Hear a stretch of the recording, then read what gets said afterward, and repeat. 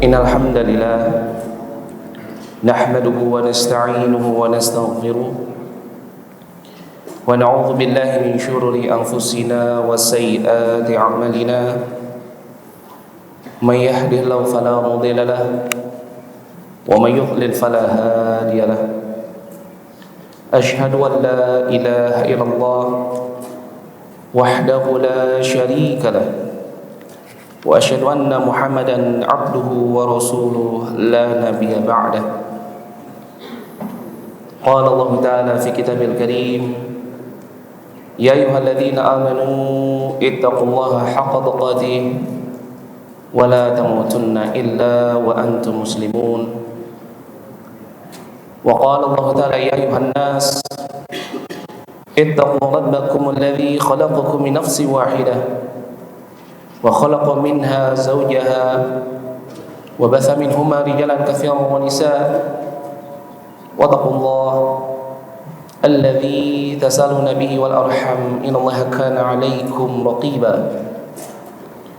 وقال الله تعالى يا أيها الذين آمنوا اتقوا الله وقولوا قولا سديدا يصلح لكم أعمالكم ويغفر لكم ذنوبكم ومن يطع الله ورسوله فقد فاز فوزا عظيما أما بعد فإن أصدق الحديث كتاب الله وخير الهدى هدى محمد صلى الله عليه وسلم Ikhwani fi din wa akhwati fillah yang dirahmati oleh Allah Subhanahu wa taala.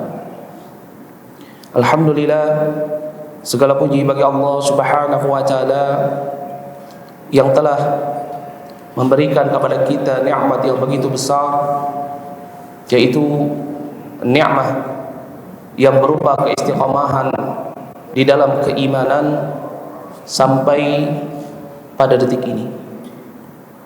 Karena tentunya kita ketahui bahwasanya iman ini merupakan salah satu syarat utama untuk kita bisa mendapatkan janjinya Allah Subhanahu wa taala, yaitu jannat, syurganya yang dipenuhi dengan berbagai macam nikmat. Karena Allah Subhanahu wa taala tidaklah menjanjikan jannat, syurga, melainkan hanyalah akan diberikan kepada orang-orang yang senantiasa bisa menjaga keimanannya sampai ajal menjemputnya. Disebutkan di dalam firman Allah Subhanahu wa taala di dalam surat At-Taubah ayat yang ke-72. Allah Subhanahu wa taala berfirman, wa'adallahu al-mu'minina wal mu'minat jannatin tajri min tahtiha al-anhar khalidina fiha. Allah menjanjikan kepada orang-orang yang beriman, baik orang-orang yang beriman dari kelompok laki-laki ataupun orang-orang yang beriman dari kelompok perempuan, Allah janjikan jannat, syurganya kepada mereka yang dimana di bawahnya mengalir sungai-sungai dan mereka kekal di dalamnya. Maka dari itu ini merupakan suatu nikmat yang sangat besar ketika Allah Subhanahu wa taala masih memberikan kepada kita sampai pada detik ini keimanan. Maka penting bagi kita untuk kita senantiasa menjaga iman tersebut. Jangan sampai iman itu hilang dari dalam diri kita. Jangan sampai iman itu terkikis karena sebab kemaksiatan yang senantiasa kita kerjakan, di mana yang namanya kemaksiatan ini merupakan salah satu sebab utama terkikisnya keimanan yang ada pada diri seseorang. Sedangkan ketaatan dan ketakwaan ini merupakan jalan yang senantiasa bisa menambah keimanan yang ada di dalam diri seseorang. Ikhwani fi din wa akhwati fillah yang dirahmati oleh Allah Subhanahu wa taala, insyaallah pada kesempatan pagi hari yang berbahagia ini, bi isti'anatillah wa rahmatih, dengan pertolongan Allah dan juga dengan rahmatnya, kita akan kembali melanjutkan pelajaran kita di dalam kitab Arba'in An-Nawawi, yakni suatu kitab yang dikarang oleh salah seorang ulama dari mazhabnya Imam Syafi'i. Siapa namanya? Ada yang masih ingat enggak? Kemarin kita sudah sebutkan. Siapa namanya? Abu Zakaria Yahya bin Syaraf An-Nawawi Ad-Damashqi. Ya, Masya Allah. Ya, pada pertemuan sebelumnya kita telah mengenal tentang biografinya beliau. Kita juga sudah mengambil faidah-faidah tentang bagaimana akhlaknya beliau, zuhudnya beliau. Pada pertemuan sebelumnya telah kita jelaskan. Dan insyaallah pada kesempatan pagi hari yang berbahagia ini kita akan masuk pada hadis yang pertama yang beliau masukkan di dalam kitab beliau, yakni kitab Arba'in An-Nawawi. Qala al-muallif, berkata al-muallif, al-hadithul awal, hadis yang pertama, an Amiril Mu'minin Abi Hafsin Umar bin Al-Khattab radhiyallahu anhu qala, dari sahabat Amirul Mu'minin yakni Abu Hafsah atau Abu Hafsin Umar bin Al-Khattab radhiyallahu anhu, yakni dari pemimpinnya orang-orang yang beriman, yakni Abu Hafs, sahabat Umar bin Al-Khattab radhiyallahu anhu. Qal, beliau mengatakan, sami'tu Rasulullah sallallahu alaihi wasallam yaqul, aku mendengar Rasulullah sallallahu alaihi wasallam beliau bersabda. Dan pada pertemuan sebelumnya kita juga telah mengenal siapa itu sahabat Umar bin Khattab. Kita juga telah mengambil faidah-faidah yang berkaitan dengan bagaimana akhlaknya beliau, bagaimana kehidupan beliau. Dan kemarin juga kita telah mengambil faidah pada kalimat sami'tu Rasulullah sallallahu alaihi wasallam yaqul, jika ini diucapkan oleh seorang sahabat. Dan insyaallah kita akan lanjutkan faidah di dalam hadis yang pertama, dan ini merupakan hadis yang sangat muhimmah.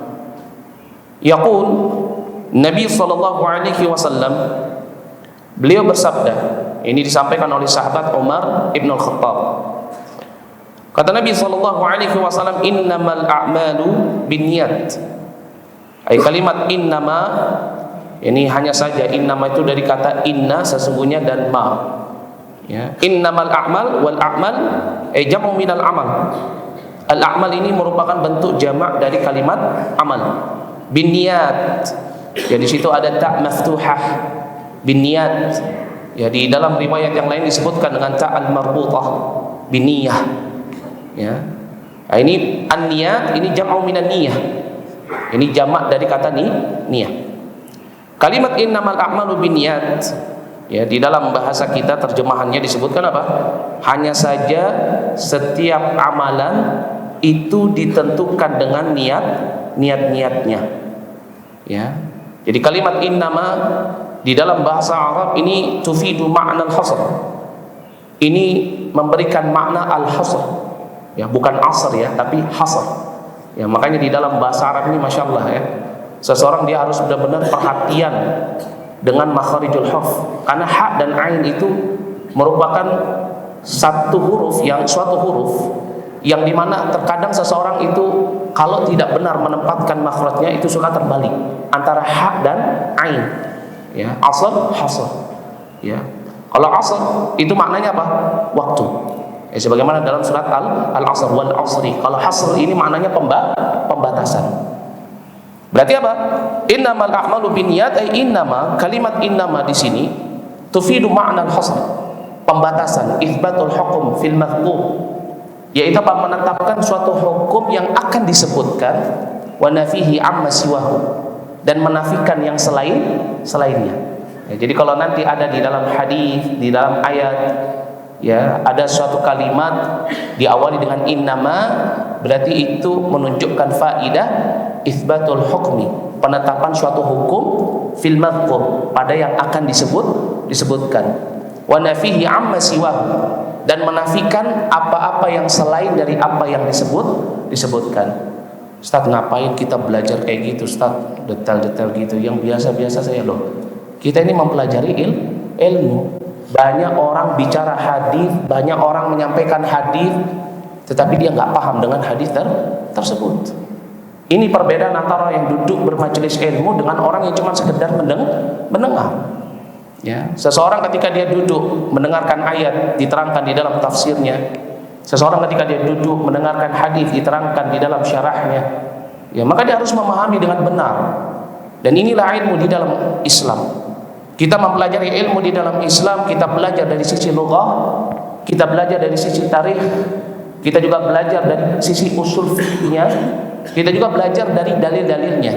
Ya, jadi di dalam Agama Islam ini, hadis ini merupakan penjelas daripada Al-Quran. Satu dan keduanya saling menguatkan. Begitu juga lughahnya, bahasanya.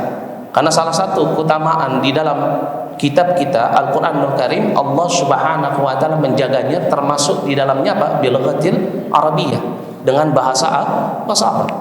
Ya, di mana dengan bahasa ini kebanyakan para ulama juga mengambil istinbat hukumnya. Maka ini merupakan suatu hal yang sangat penting. Yaitu apa? Kalimat innama di dalam hadis ini tufidu makna al-hasr. Ini maknanya apa? Penetapan suatu hukum, berarti yang selain itu apa? Tidak ada. Ya.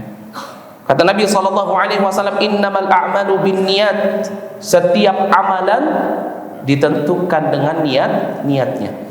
Ya. Apa sih niat itu? An-niyah, niyah secara lughatan, secara bahasa maknanya adalah al-qasdu. Ya, kalau bahasa kitanya apa? Maksud. Nah, itu merupakan bahasa serapan. Ya, saya maksudkan. Nah, kalau dalam bahasa Arabnya qasada. Itu apa? Maksud, yang dituju, yang diinginkan. Jadi yang namanya an-niyah itu adalah al-qasdu lughatan, secara bahasa. Jadi seseorang kalau dia sudah punya keinginan untuk melakukan sesuatu, berarti itu sudah terhitung sebagai suatu niat. Mau itu terrealisasi atau tidak terrealisasi, maka itu sudah disebut sebagai suatu niat. Ya, orang mau minum, nggak jadi, tapi dia sudah punya keinginan, itu sudah disebut sebagai niat. Saat ngapain kita belajar gini? Loh, ini penting. Pentingnya di mana? Ketika seorang dia berpuasa. Di dalam mazhabnya Imam Syafi'i, kalau seorang sudah meniatkan untuk membatalkan, ada keinginan, maka di dalam mazhab Imam Syafi'i apa? Batal puasanya. Penting nggak?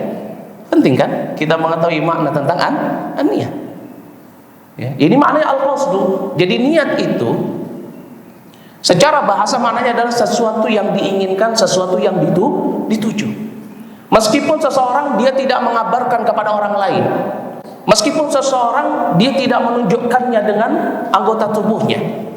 Ya, misalkan seorang dia ingin pergi ke masjid, dia jalan dari rumah, dia sudah niatkan untuk langkahkan kakinya ke masjid. Di tengah perjalanan dia belok, nggak ke masjid. Ya, tetapi apa? Itu sudah disebut sebagai suatu niat. Kenapa al-qasdu? Ketika dia melangkahkan kaki, dia langkahkan kakinya itu niatnya dalam rangka apa? Pergi ke masjid. Meskipun dia nggak katakan kepada orang-orang, hari ini saya akan pergi ke masjid untuk sholat, enggak. Nah, ini sudah disebut sebagai suatu niyah al-qasdu. Ini makna an-niyah secara apa? Secara bahasa.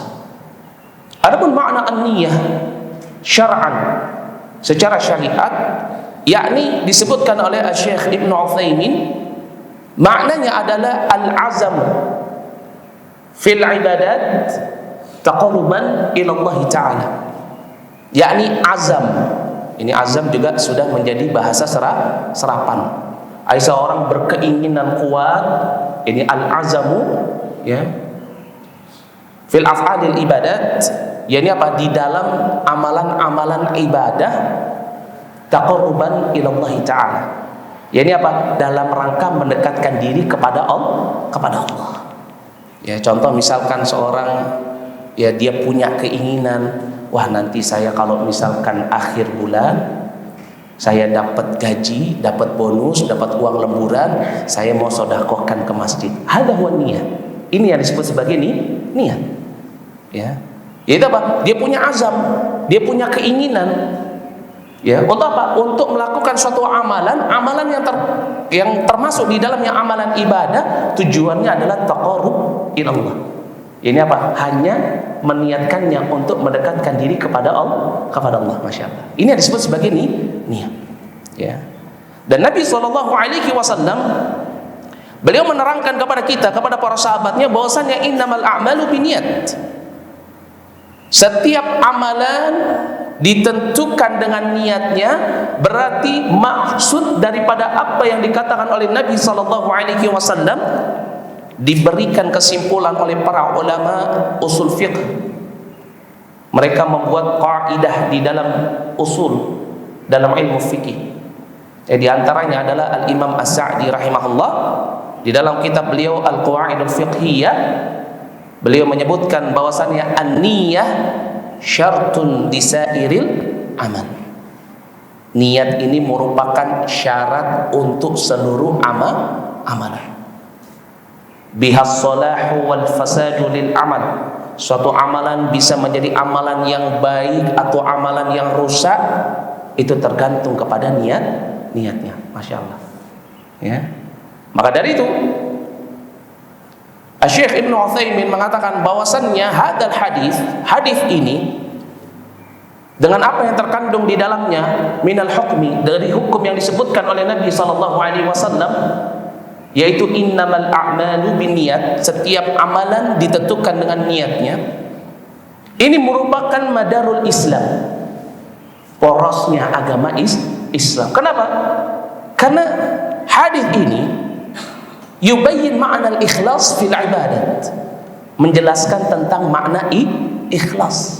Wal ikhlasu huwa min madaril Islam. Ikhlas ini merupakan porosnya Islam, nafasnya Islam. Maka dari itu Allah Subhanahu wa taala menerangkan di dalam surat Al-Bayyinah ayat yang kelima, wa ma umiru illa liya'budullaha mukhlishina lahud din hunafa. Dan tidaklah mereka itu diperintahkan. Siapa mereka? Ini orang-orang kafirun min ahlil kitab wal musyrikin. Diutus ke tengah-tengah mereka seorang rasul, ismuhu Ahmad Muhammad sallallahu alaihi wasallam, bil kitab Al-Qur'anul Karim kalamullah. Ketika disampaikan kepada mereka, dibacakan kepada mereka, yatafarraq, mereka berpecah belah. Ada yang beriman, ada yang kufur. Maka dari itu Allah Subhanahu wa taala menerangkan wa ma umiru, padahal tidaklah agama yang dibawa oleh rasul tersebut, kitab yang diajarkan oleh rasul tersebut, yang disampaikan itu adalah agama yang ikhlas, kitab yang mengajarkan untuk seseorang dia senantiasa menjaga keikhlasannya kepada Rabbnya. Karena inilah agamanya para rasul, al-hunafa, agama yang hanifah, agama yang tegak, yang lurus, agama yang dibangun di atas keikhlasan. Maka dari itu Allah Subhanahu wa taala menerangkan dalam surat Al-Bayyinah ayat yang kelima, wa ma umiru illa liya'budullaha mukhlishina lahuddin. Ya, maka ini menjadi poin yang sangat penting. Karena di dalam agama kita, di dalam agama Islam, ibadah di dalam agama kita itu ada dua syaratnya. Maka dari itu disebutkan oleh beliau Syekh Ibnu Utsaimin bahwasannya hadis ini juga termasuk merupakan umdatul a'malil qulub. Ya, ini fondasi dari amalan-amalan hati. Ya. Maka ini merupakan suatu hal yang sangat penting. Kenapa? Karena amalan hati ini yang menentukan apakah amalan jawarih itu adalah kebaikan atau kejelekan. Dan yang dimaksud di sini kejelekan atau kebaikan bukan berarti amalan jelek jadi baik, amalan baik jadi jelek, bukan. Tetapi apa? Amalan itu dikatakan sebagai amalan yang baik kalau amalan itu bisa diterima di sisi Allah Subhanahu wa taala. Karena suatu amalan meskipun bagus, meskipun sesuai dengan syariat, dilakukan oleh seseorang dalam jumlah kapasitas yang banyak, kuantitas yang banyak, kapasitas yang besar, itu tidak akan menjadi suatu kebaikan kecuali amalan tersebut senantiasa dijaga di atas niat yang baik. Kenapa? Karena kalau misalkan seseorang dia beramal dalam rangka ibadah kepada Allah, tetapi tidak dibangun di atas niat yang benar, niat yang baik, tidak dilakukan untuk mengharapkan wajah Allah, maka amalan itu akan menjadi amalan yang sia-sia. Maka ini merupakan suatu hal yang sangat penting bagi kita. Karena menjaga niat ini merupakan perkara yang sangat penting yang terkadang kita susah dan kita lalai. Sampai-sampai Nabi SAW memberikan peringatan kepada para sahabatnya. Di dalam hadis dari sahabat Mahmud bin Labid yang diriwayatkan oleh Imam Ahmad dan juga Imam At-Tirmidzi, beliau mengatakan kepada para sahabatnya bahwasannya hal yang paling ditakutkan oleh Nabi SAW, inna akhwafa ma akhafu alaikum, kata Nabi, yaitu syirkul asghar, syirik kecil. Nabi nggak takut sahabatnya terjatuh pada syirik besar. Kenapa? Karena syirik besar itu sesuatu yang jelas dijelaskan di dalam Al-Quran. Sehingga para sahabat itu pasti paham tentang apa itu syirik besar, karena sudah sangat gamblang jelas dijelaskan oleh Nabi. Begitu juga ada di dalam Al-Quran tentang jenis-jenis syirik yang besar. Tetapi yang ditakutkan oleh Nabi SAW kalau para sahabatnya terjatuh ke dalam syirik kecil. Kenapa? Syirik yang khafif, yang syirik yang samar. Sampai-sampai Nabi SAW, tidak ada hal yang paling aku takutkan kepada kalian terjadi pada diri kalian, syirik kecil. Para sahabat juga terheran, syirik kecil? Bertanya kepada Nabi SAW, qila ya Rasulullah, ma huwa syirkul asghar? Wahai Rasulullah, apa itu syirik kecil? Apa kata Nabi? Ar-riya. Riya itu dari kata ro'a yara, sum'ah dari kata sami'a yasma'u. Orang yang beramal, beribadah, tapi tujuannya, niatnya untuk dianggap, dilihat oleh orang lain. Oh, si fulan ini ahlul ibadah. Oh, si fulan ini adalah orang yang suka bersedekah. Oh, si fulan ini adalah orang baik. Oh, si fulan ini adalah ahlul ilm. Ini yang disebut sebagai riya. Lawan daripada ikhlas. Yaitu apa? Seseorang dia melakukan suatu amalan tetapi tidak dibangun dengan niat yang baik, tidak dibangun dengan niat hanya mengharapkan wajah Allah Subhanahu wa ta'ala. Masya Allah. Ya, maka ini merupakan suatu hal yang sangat penting. Mungkin kita pernah berada dalam suatu keadaan beramal, kemudian niat kita ingin dilihat oleh orang lain, membaca Al-Quran di masjid, kemudian ada orang-orang di samping kita, kemudian baca Al-Quran kita bagus-baguskan. Ya, ini perkara yang sangat penting. Maka dari itu apa? Maka dari itu syaitan, iblis itu nggak akan pernah bisa mengganggu Bani Adam kecuali Bani Adam, hamba Allah yang senantiasa dia bisa menjaga keikhlasan. Hadis yang terlihat sepele, oh iya saya sudah tahu, oh cuman segitu saja yang disampaikan. Padahal ini merupakan hal yang menjadi madarul Islam, porosnya Islam. Sampai-sampai disebutkan di dalam surat Al-Hijr ayat yang ke-39 sampai dengan ayat yang ke-40. Qala Rabbi bima aghwaytani. Iblis berkata, kata Allah Subhanahu wa taala, ya Rabbku, wahai Rabbku, karena engkau telah mencapku sebagai hamba yang sesat, la uzayyinanna lahum fil ardh. Aku akan menghiasi amalan-amalan kejelekan Bani Adam di atas muka bumi ini. Wala ughwiyannahum, dan aku akan menyesatkan mereka ajma'in semuanya, illa ibadaka, ya, kecuali hamba-hamba engkau minhumul mukhlasin, hamba-hamba engkau yang apa? Yang ikhlas. Penting bagi kita untuk senantiasa menjaga keikhlasan. Kenapa? Karena innamal a'malu binniyat.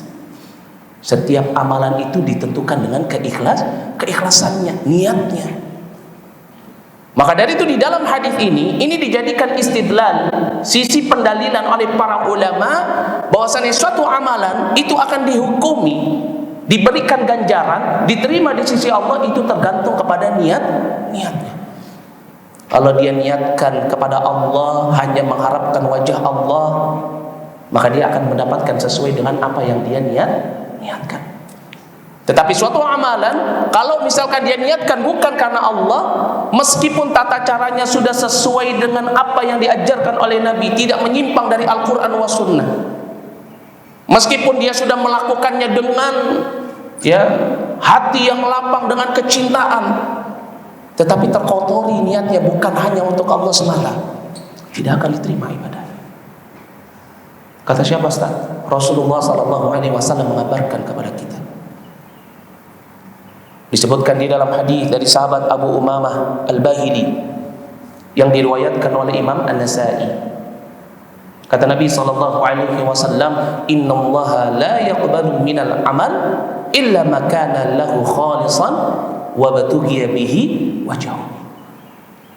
Kata Nabi SAW, sesungguhnya Allah tidak akan menerima amalan dari hambanya illa, kecuali kana lahu, kecuali amalan itu hanya ditujukan kepada Allah, amalan tersebut dilakukan oleh hambanya dalam keadaan ikhlas dan hanya mengharapkan wajah Allah. Masya Allah. Ya. Jadi amalan itu meskipun dia sedikit, gak banyak, Tetapi kalau dibangun di atas niat yang baik, bisa jadi itu menjadi amalan yang besar. Kita lihat hadis-hadis Nabi SAW, orang yang dia memberi minum seekor anjing. Seorang wanita pelacur memberi minum seekor anjing. Dia memberi minum, hal yang sepele tidak? Sepele. Cuman memberi minum, tapi dia bangun di atas keikhlasan. Ya. Maka dari itu ikhlas ini merupakan poin yang terpenting daripada suatu ibadah. Kenapa? Karena tujuan daripada hidup kita di dunia ini untuk ibadah. Disebutkan dalam surat Adz-Dzariyat ayat yang ke-56, "Wa ma khalaqtul jinna wal insa illa liya'budun." Tidaklah aku ciptakan jin dan manusia kecuali hanya untuk beribadah kepada diriku semata. Banyak orang memahami ayat ini, oh iya kita harus ibadah sebanyak-banyaknya. Lupa poin di dalam ayat ini, ya'buduni. Di situ ada ya al-mutakallim yang dihapuskan, dicukupkan dengan harokat kasrah pada nun. Yang dimana apa? Hanya beribadah kepada diriku semata. Apa ini? Al-ikhlas. Kita diciptakan untuk beribadah dengan sebanyak-banyaknya, semampunya. Tapi ingat, ibadah yang diterima, ibadah yang dibangun di atas ikhlas, niat yang baik. Gak apa-apa orang mencela kita cuma bisa menghafal Al-Quran 3 surat, 4 surat. Kalau kita menghafalnya atas dasar niat yang baik. Gak apa-apa orang mencela kita cuma bisa menjaga yang wajib dari sholat kita, gak nambah dengan sunnah. Yang penting kita sholatnya ikhlas. Daripada seseorang dia menghafal Quran yang banyak, dia belajar ilmu qiraah, tetapi niatnya dibangun di atas niat yang jelek. Tapi gimana Ustaz kalau niatnya bagus, belajarnya juga ya semangat, wah itu lebih mantap lagi. Ya. Begitu juga sholat, sedekah. Meskipun dia hanya bersedekah setengah butir kurma saja, kalau dia bangun di atas niat yang baik, tentu balasannya akan berbeda dengan orang yang dia mensedekahkan seluruh hartanya, tetapi tidak dibangun di atas niat yang benar. Maka dari itu ini merupakan perkara yang sangat penting. Kenapa? Karena seseorang dia akan senantiasa diberikan suatu balasan yang sesuai, itu tergantung kepada niatnya. Maka dari itu Allah Subhanahu wa taala berfirman di dalam surat An-Nisa ayat yang ke-114. Allah Subhanahu wa taala mengabarkan, man yaf'al dzalika ibtigha'a mardatillahi fasawfa nu'tihi ajran 'azima. Barang siapa yang dia melakukan amalan soleh tersebut ibtigha'a mardhatillah, hanya mengharapkan keridhaan Allah, bukan keridhaan manusia, maka Allah Subhanahu wa taala kabarkan fasaufa nu'tihi ajran 'azima, nanti kami akan berikan kepada dirinya balasan yang besar. Masya Allah. Ya, maka dari itu ini merupakan hal yang sangat penting. Poin pertama yang harusnya kita memahami, innamal a'malu binniyat. Setiap amalan itu ditentukan dengan niatnya. Amalan diterima sebagai suatu ibadah kalau niatnya baik, dan niat yang baik mengharapkan wajah Allah, ikhlas karena Allah. Kemudian kata Nabi SAW, wa innama likulli imri'in ma nawa. Dan setiap manusia itu akan diberikan balasan manawa, sesuai dengan apa yang dia niatkan. Apa maknanya? Hukum yang bisa diambil di dalam kalimat Nabi SAW, disebutkan oleh para ulama, makna perkataan Nabi, innama likulli imri'in ma nawa, setiap manusia dibalas sesuai dengan niatnya. Ini yadullu anna niyah, ini menunjukkan bahwasannya yang namanya an-niyah itu merupakan tamyiz, pembeda, ya, tamyizul ibadat ba'dhuha ba'dha, yakni membedakan antara ibadah yang satu dengan ibadah yang lainnya. Masya Allah. Jadi kalau misalkan kita datang ke masjid subuh, di situ ada sholat qobliyah subuh, tiba-tiba masuk ke masjid, tiba-tiba ngangkat kedua tangan, Allahu Akbar, baru ingat, saya ini sholat apa? Sholat tahiyat masjid atau sholat qabliyah subuh. Hari karena dia mau berangkat ke kantor. Ya. Karena dia harus berangkatnya pagi-pagi, habis subuh harus sudah langsung pergi ke kantor. Ya. Dia mandi itu untuk pergi ke kantor karena sekalian ke kantor. Kalau ketika dia mau mandi, dia niatkan, oh ya saya sekalian mandinya untuk bersuci saja. Sekalian mandi besar, karena mandi besar juga bisa termasuk di dalamnya ya berwudu. Ya. Dia mandi besar, sekalian mandi, tujuannya adalah untuk taharah, bersuci karena dia mau sholat subuh, sekalian dia apa? Sekalian dia untuk ya membersihkan dirinya untuk bisa pergi ke kantor. Dengan orang yang tiba-tiba masuk kamar mandi, kemudian dia siram karena dia nggak punya niat atau dia niatkan untuk pergi apa? Pergi ke kantor, membersihkan diri saja, tidak ada niat ibadah. Ya. Maka niat inilah yang akan menjadi apa? Pembeda antara amalan ibadah dengan amalan adatiyah. Kalau dia niatkan mandinya itu untuk tohara, maka terhitung sebagai tohara. Tetapi kalau misalkan dia biasa mandinya itu bukan untuk tohara, tidak ada niat, ya maka tidak bisa terhitung sebagai tohara. Ya. Meskipun seorang dia melakukan kaifiyahnya adalah kaifiyah yang benar di dalam ya al-ghuslu, mandi janabah, mandi besar, dia mandi karena kebiasaan dia. Tetapi apa? Tidak ada niat. Ya, maka nggak bisa setelah mandi dibilang, oh iya tadi kan saya mandinya kayak mandi janabah ya, semuanya sudah saya guyur, berarti saya nggak perlu wudu lagi. Kalau dia nggak niatkan, ya nggak terhitung sebagai ibadah. Masya Allah. Maka dari itu an-niyah disebut sebagai apa? Tamyiz bainal ibadat wal adat. Pembeda antara ibadah dan juga adat. Ya. Maka ini merupakan perkara yang sangat penting bagi kita untuk memperhatikan. Ya, di dalam suatu apa? Di dalam suatu amalan-amalan ibadah, bahwasanya niat itu yang menjadi penentu apakah amalan itu diterima, niat juga yang akan menjadi penentu apakah amalan itu dihukumi sebagai suatu amalan yang baik atau buruk, dan niat itu menjadi penentu apakah seseorang akan dibalas. Ya. Lalu apalagi faedahnya di dalam bab ini? Seseorang kalau dia ingin melakukan suatu kejahatan atau melakukan suatu kebaikan, dia niatkan dalam hatinya. Dia sudah niat melakukan suatu kebaikan, sedekah misalkan, ingin membantu temannya, ya. Tetapi kemudian qadarullahu masya'a fa'ala, dia nggak mampu untuk mewujudkan apa yang ada dalam niatnya. Terhitung sebagai ibadah tidak? Terhitung sebagai suatu ibadah. Dapat pahala tidak? Dapat pahala. Sebagaimana Nabi SAW beliau mengabarkan kepada para sahabatnya di dalam hadis dari sahabat Ibnu Abbas yang diriwayatkan oleh Imam Bukhari dan Muslim. Rasulullah SAW mengabarkan, innallaha katabal hasanat. Sesungguhnya Allah telah menetapkan kebaikan-kebaikan, kemudian Allah menjelaskannya. Faman hamma bihal hasanah, barang siapa yang dia meniatkan satu kebaikan, falam ya'malha, tapi dia nggak bisa melakukannya, katabahallahu indahu hasanatan kamilah, Allah telah tetapkan untuk dirinya satu kebaikan. Masya Allah. Cuman karena sebab niat. Ya. Makanya segala sesuatu itu niatkan saja dahulu. Ya. Jangan berputus asa. Ya Ustaz, saya ini gajinya saja setiap bulan kurang, Ustaz, gimana mau sedekah? Niatkan saja dulu.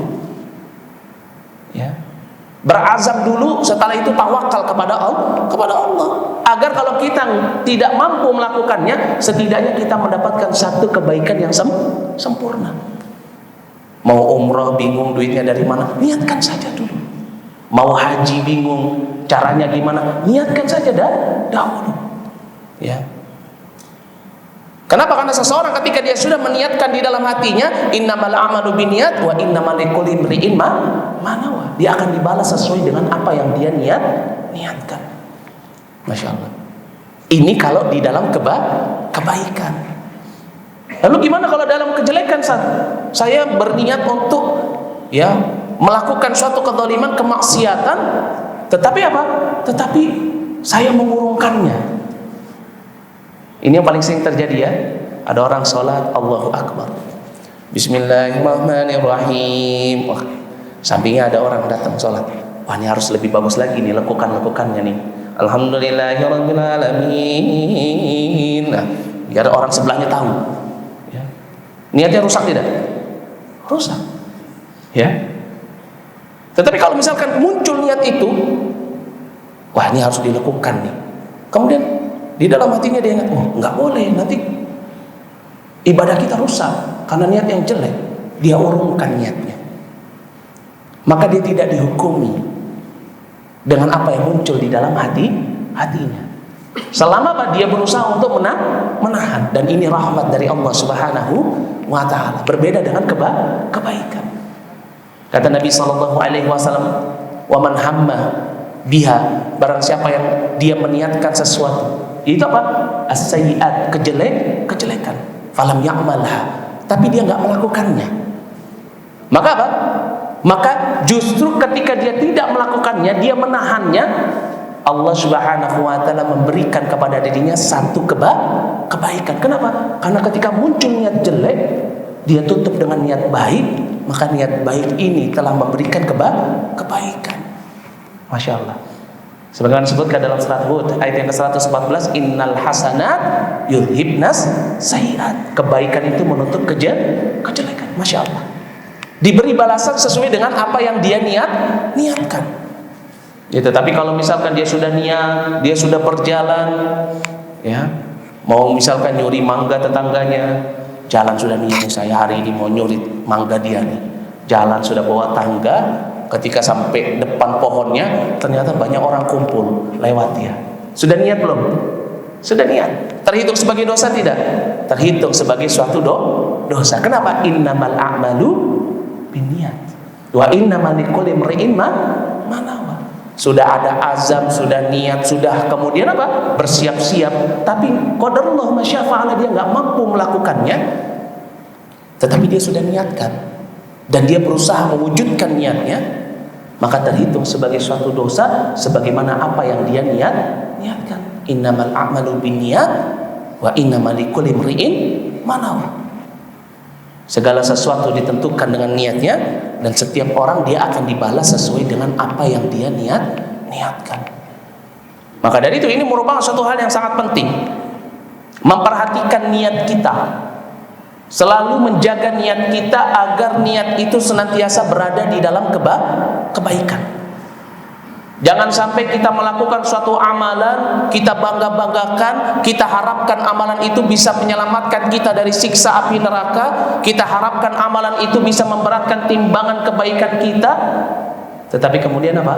Ternyata amalan-amalan yang selama ini kita kerjakan tidak dibangun di atas niat yang baik, merugi kita. Ya. Dan ini merupakan perkara yang sangat penting. Jangan sampai seorang dia merasa nyaman, merasa aman, yang penting kan saya sudah menjadi baik, sudah pasti amalan saya diterima. Allah Subhanahu wa taala berfirman dalam surat An-Najm ayat yang ke-32, "Fala tuzakku anfusakum wa a'lamu bimanit taqa." Jangan kamu menganggap dirimu suci, Allah lebih tahu siapa di antara kalian yang paling bertakwa. Bisa jadi orang yang sering jalan ke masjid, sholat bersama dengan imam, sering mengeluarkan hartanya, sering duduk bermajelis ilmu, dekat dengan ulama, bisa jadi dia melakukan itu tidak dengan niat yang baik. Tapi dalam keadaan dia merasa, oh saya sudah menjadi orang yang baik, lebih baik dari dirimu. Ini sudah menunjukkan ketidakikhlasan. Ya, saya lebih baik daripada orang-orang yang masih tidur. Ini menunjukkan ketidakikhlasan. Dia berbangga dengan dirinya. Maka dari itu penting perkara ini untuk seseorang selalu mengingat innamal a'malu binniyat wa innamal likulli imri'in ma nawa. Setiap amalan ditentukan dengan niatnya, dan setiap orang dia akan dibalas sesuai dengan apa yang dia niatkan. Kemudian kata Nabi sallallahu alaihi wasallam, beliau kemudian menerangkan kepada para sahabatnya setelah memberikan dua hukum, ya, di dalam perkataan beliau tersebut, yaitu innamal a'malu binniyat wa innamal likulli imri'in ma nawa.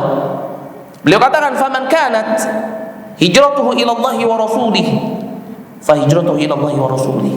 Barang siapa yang dia ketika beramal dengan amalan, yakni hijrah. Apa itu hijrah? Intiqal, ini secara bahasa.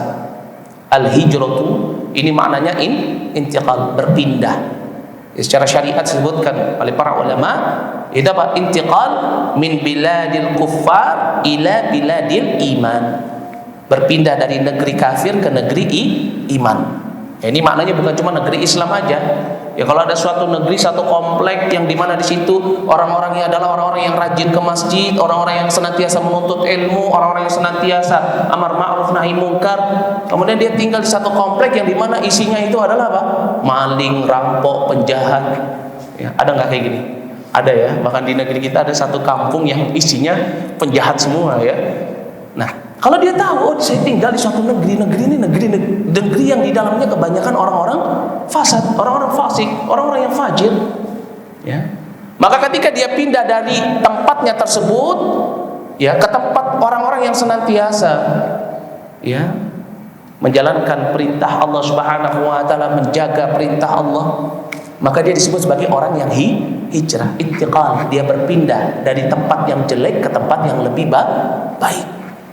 Dari negeri yang jelek ke negeri yang baik.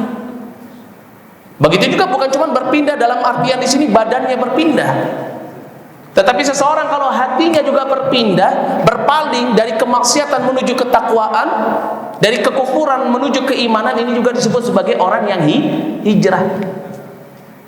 Maka dari itu Al-Imam Ibnul Qayyim rahimahullah menyebutkan bahwasannya al-hijratu tanqasimu ila qismain. Hijrah itu dibagi menjadi dua. Ya, al-hijratu ya bil badan atau fil badan, wal hijratu fil qalb atau bil qalb. Yang pertama hijrah dengan badan, dia berpindah ya tempat. Adapun yang satu lagi bil qalb. Kalau misalkan dia dulunya senantiasa bermaksiat kepada Allah, ya, ketika rambutnya sudah mulai berubah, ya, kemudian udah ada ukiran-ukiran keriput di wajahnya, wah, ini sudah saatnya saya untuk mendekatkan diri kepada Allah, saya tinggalkan kemaksiatan saya. Ini juga disebut sebagai hijrah, ya. Maka dari itu di dalam hadis yang diriwayatkan oleh Imam Ahmad, pernah ada yang bertanya kepada Nabi, ya Rasulullah, man muhajir? Wahai Rasulullah, siapa orang yang disebut sebagai orang yang hijrah? Man hajara ma nahallahu anhu, kata Nabi. Orang yang dia berpindah dari apa-apa yang dilarang oleh Allah menuju kepada ketaatan, kata Nabi. Ya, jadi hijrah itu nggak cuma sekedar pindah apa? Pindah tempat, ya. Tetapi apa? Hatinya juga harus hijrah. Ya, ini perkara yang sangat penting. Karena banyak di zaman kita ini orang yang hijrahnya itu cuma tempatnya aja, tapi hatinya nggak bisa hijrah. Dulunya tukang tipu, pindah tempat ke tempatnya orang-orang beriman, di sana dia nipu orang-orang beriman. Ya, ini banyak sekali yang seperti ini. Enggak dikatakan orang yang hijrah. Hijrah itu harus dengan bil badan wa bil qalbi. Badannya hijrah, begitu juga hatinya ini hijrah. Ya. Kata Nabi SAW, faman kanat hijratuhu ilallahi wa rasulih. Barang siapa yang hijrahnya karena Allah dan Rasulnya, fa hijratuhu ilallahi wa rasulih. Hijrahnya akan sampai kepada Allah dan Rasulnya. Maknanya apa? Orang yang dia hijrah, niatnya itu karena mengikuti perintah Allah dan Rasulnya. Ya, kenapa? Karena pada saat itu turun syariat hijrah dan diwajibkan bagi orang-orang kaum mukminun yang tinggal di Makkah untuk hijrah ke mana? Ke Yathrib. Itu apa? Madinah. Dan ketika Nabi SAW hijrah ke Yathrib, ya, maka apa? Ini hukumnya wajib bagi setiap orang-orang yang beriman yang ada di Makkah. Ya, kalau sebelumnya apa? Tidak wajib. Ya, ketika apa? Hijrah yang pertama kemana? Ke Habasyah. Ya, hanya beberapa orang saja, Nabi nggak ikut hijrah. Tetapi ketika Allah Subhanahu wa taala memerintahkan kepada nabinya hijrah, ya, dengan diberikan mimpi, Nabi SAW diperintahkan hijrah ke Yathrib, maka menjadi wajib. Ya. Faman kanat hijratuhu ilallahi wa rasulihi fa hijratuhu ilallahi wa rasulihi. Maka barang siapa yang hijrahnya karena Allah dan Rasulnya, maka hijrahnya kembali kepada Allah dan Rasulnya. Maknanya apa? Ibadah hijrahnya itu akan diterima. Wa man kanat hijratuhu lidunya yusibuha. Tapi barang siapa yang hijrahnya karena dunia yang diinginkannya, diusahakannya, aw imra'atin, atau wanita yang ingin dinikahinya, fa hijratuhu ila ma hajara ilai. Maka hijrahnya akan kembali kepada apa yang dia niatkan. Masuk Islam cuma gara-gara ingin menikahi wanita muslimah. Ya, masuk Islam cuma gara-gara supaya dapat uang. Ya. Karena dia tahu kalau dia masuk Islam akan banyak orang-orang yang muslim memberikan apa? Sedekah. Ya. Maka apa? Tidak akan diterima amalannya. Kenapa? Innamal a'malu binniyat. Dan perkataan Nabi SAW, pada pembahasan al-hijrah ini merupakan contoh yang Nabi berikan kepada para sahabatnya tentang suatu amalan yang besar. Hijrah kalau tidak dibangun di atas niat yang baik, maka tidak akan diterima sebagai suatu ibadah. Ya, maka dari itu di dalam hadis ini yang mengandung 3 unsur. Yang pertama, hukum bahwasannya niat merupakan syarat untuk seluruh amalan. Yang kedua, bahwasannya setiap amalan itu ditentukan dengan niatnya. Dan yang ketiga, metode pengajaran Nabi kepada para sahabatnya. Nabi ketika menerangkan sesuatu, beliau senantiasa memberikan contohnya. Hadis ini diriwayatkan oleh Imam Bukhari dan Muslim, dan insyaallah kita cukupkan pembahasan kita di dalam hadis yang pertama sampai pada pembahasan ini. Ya, dan insyaallah pada pertemuan yang akan datang kita akan masuk pada hadis yang kedua. Nah, kita tidak ambil pada kesempatan pagi hari yang berbahagia ini karena hadis ini merupakan hadis yang panjang yang syarat dengan faidah yang hendaknya kita tidak tergesa-gesa di dalamnya.